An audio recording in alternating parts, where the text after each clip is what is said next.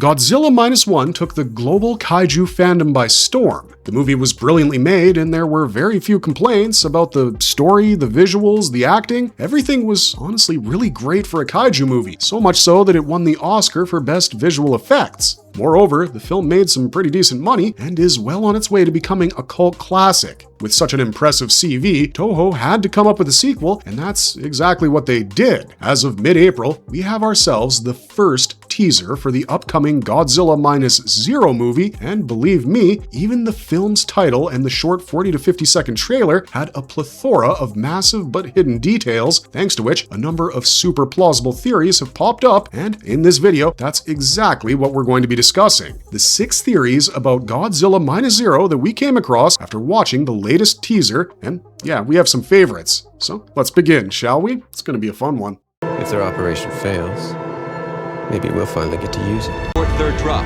Repeat. Abort third drop.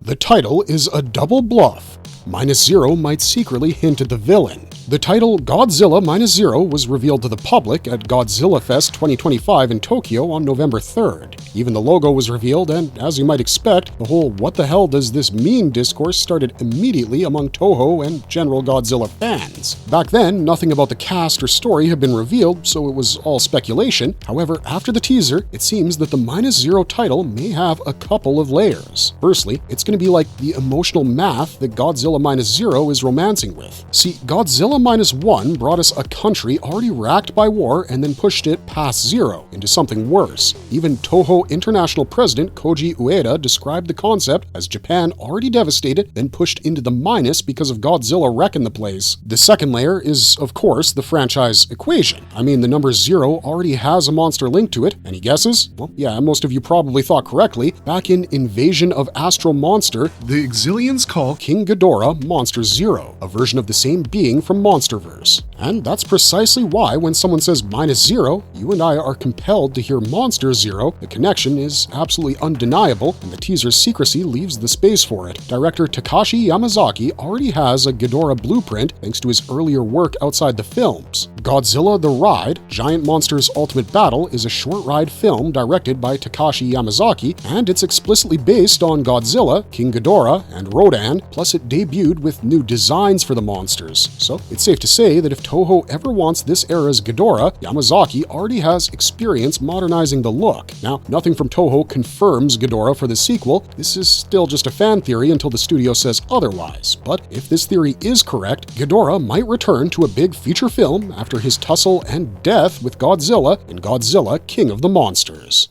Noriko's G-cells are going to birth something terrible, maybe. One of the most memorable and curious scenes from the end of Minus One is the black, vein-like mark on Noriko's neck. The scene became the reason behind thousands of comments on social media, be it Instagram, X, or Reddit, mostly because it was a possible biological link in the chain that is a sequel. Now, the film mentions shards of Godzilla after the Ginza attack, and the movie also shows bits of his skin sloughing off right after the atomic breath. If you put Noriko near the blast and consider Godzilla's extreme regeneration, you get a plausible conclusion that those, Godzilla chips, they hit her, fused with her, and healed inside her body instead of killing her, which is what should have logically happened. As you might expect, several people post extremely wild tangential theories like Godzilla impregnating Noriko. Yep, that's a sentence I never thought I'd say. Then, the director's confirmation happened, and it made the whole thing less weird and more dark. At Osaka's Godzilla Fest, Yamazaki told the crowd the markings were regenerative Godzilla cells, or G-cells, confirming the core fan theory. So that part is real, but the dark part lies in anyone's attempt to figure out what would happen next. You see, the G-cells actually have a precedent.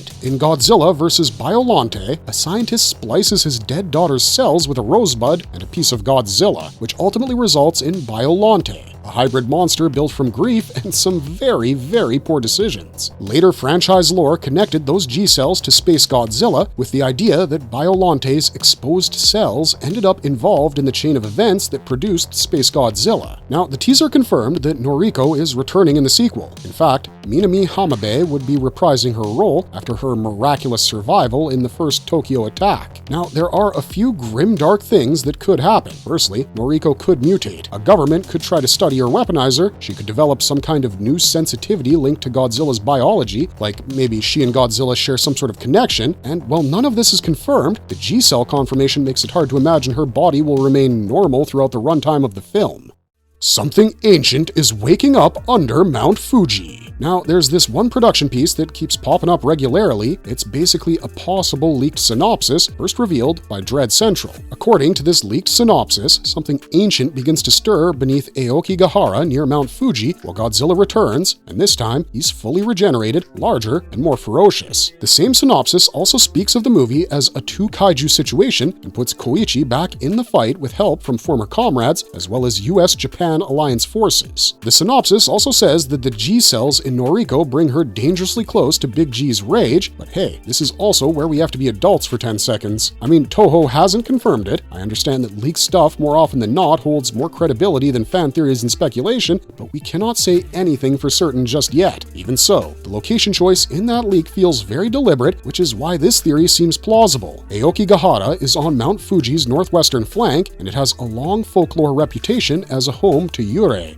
aka ghosts in Japanese mythology, plus a modern association with suicide that eventually led to its Suicide Forest nickname. Put bluntly, it's a place people already talk about in hushed tones and whispers. In fact, when YouTuber Logan Paul posted a video of a partially blurred hanging body on his YouTube channel, he was punished by YouTube and they removed the YouTube preferred status from his channel. So this is very much a real-world location, and one of the darker ones that we can imagine. If the story wants a darker spiritual tone without inventing a new haunted forest from scratch, Aokigahara does a lot of the heavy lifting. Who would this buried thing be, though? Obviously, people are pointing at Ghidorah because Monster Zero, or Mothra because of the timing, or a totally new titan built for this continuity. That said, the Mothra angle seems more plausible than the rest because Toho officially launched Year of Mothra in 2026, mostly because this is the 65th anniversary of Mothra's first appearance on screen and 30 years since the Heisei-era Mothra trilogy. That alone doesn't necessarily mean that Mothra is in this movie, but I mean, come on, we love these patterns. America wants to weaponize Godzilla, and it's going to go wrong. In the teaser, we hear an American voice saying, if their operation fails, maybe we'll finally get to use it. Is this so-called it a weapon, like another nuke or something? The teaser also repeats another phrase in the transcript, and that is, aboard third drop, which makes us think about weapons, tests, and a plan that could have all the makings and markings of going wrong. The trailer doesn't tell us what this it is, so the whole let's weaponize Godzilla idea is mostly an inference, but given Japan's dark history with the US, we don't think it's difficult to imagine that the movie puts the US in a slightly controversial light. Moreover, it's a very natural inference because the teaser's visuals pair military chatter with the kind of stakes that go beyond coastlines. Then, there's the teaser's mic drop moment where we see Godzilla appearing beside the Statue of Liberty. Did someone somehow attract him over there? I mean, this thing writes itself. Either the US tries to deploy a secret countermeasure, or it tries to lure Godzilla, or it tries to exploit what it learned from Japan's earlier disaster, and whatever the plan is, it probably won't remain contained for very long. The reason people are buying into this theory is because in stories like this one, the phrase finally get to use it usually sees people actually using whatever it is, like these situations become true. It's kind of a Chekhov's gun situation, but regardless of that, Big G is definitely coming to the Big Apple.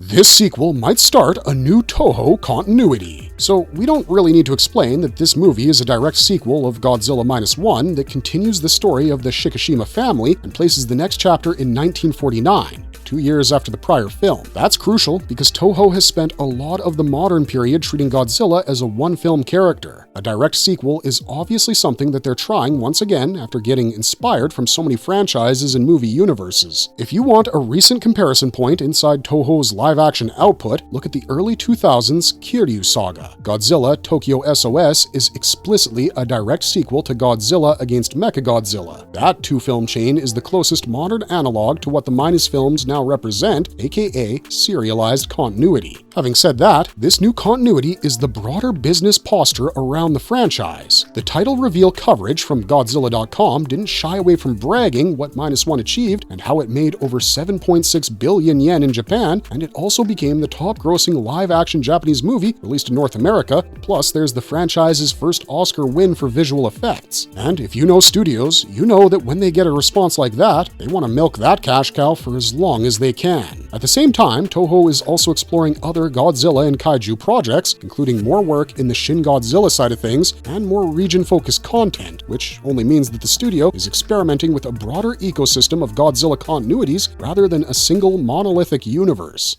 The smog monster might already be in the teaser. You just can't see it yet. Not too long ago, Yamazaki expressed interest in revisiting Godzilla vs. Hedorah. In an interview, he brought up remaking it and talked about imagining how the monster would move and even spoke of the whole idea of a remake as something really cool. So Hedorah is definitely on the director's wish list. If you're not familiar with Hedorah, let me help you out. Hedorah is basically a toxic sludge monster that feeds on pollution and was born from extraterrestrial material that turned into acidic sludge once exposed to industrial waste. Hedorah evolves through forms, like water stage to land stage to airborne stage, and can spread toxic mist as it grows. Now, that's probably more threatening than a monster with giant claws and teeth, because when it comes to Hedorah, he uses the environment itself as his most potent weapon. -1 tapped into post-war trauma and the idea of a nation trying to rebuild while a living catastrophe returns. A pollution monster kinda seems like the logical answer, and he'd also ensure that the emotional universe remains intact while not allowing the story to become goofy. In fact, the teaser may very well be hiding the pollution-themed kaiju, just that we can't see it yet behind all the smog. Anyways, yeah, these are the 6 theories that we came up with after some extensive research. So if you've got your own theory, or you caught a detail we missed, drop it in the comments down below because we'd love to see it. And if you want more breakdowns like this when the next trailer is released, be sure to hit those like and subscribe buttons so we know to make it for you. Those 2 small clicks will help us tremendously in bringing you more of these amazing videos. So thanks for watching, stay safe out there, and we'll see you in the next one.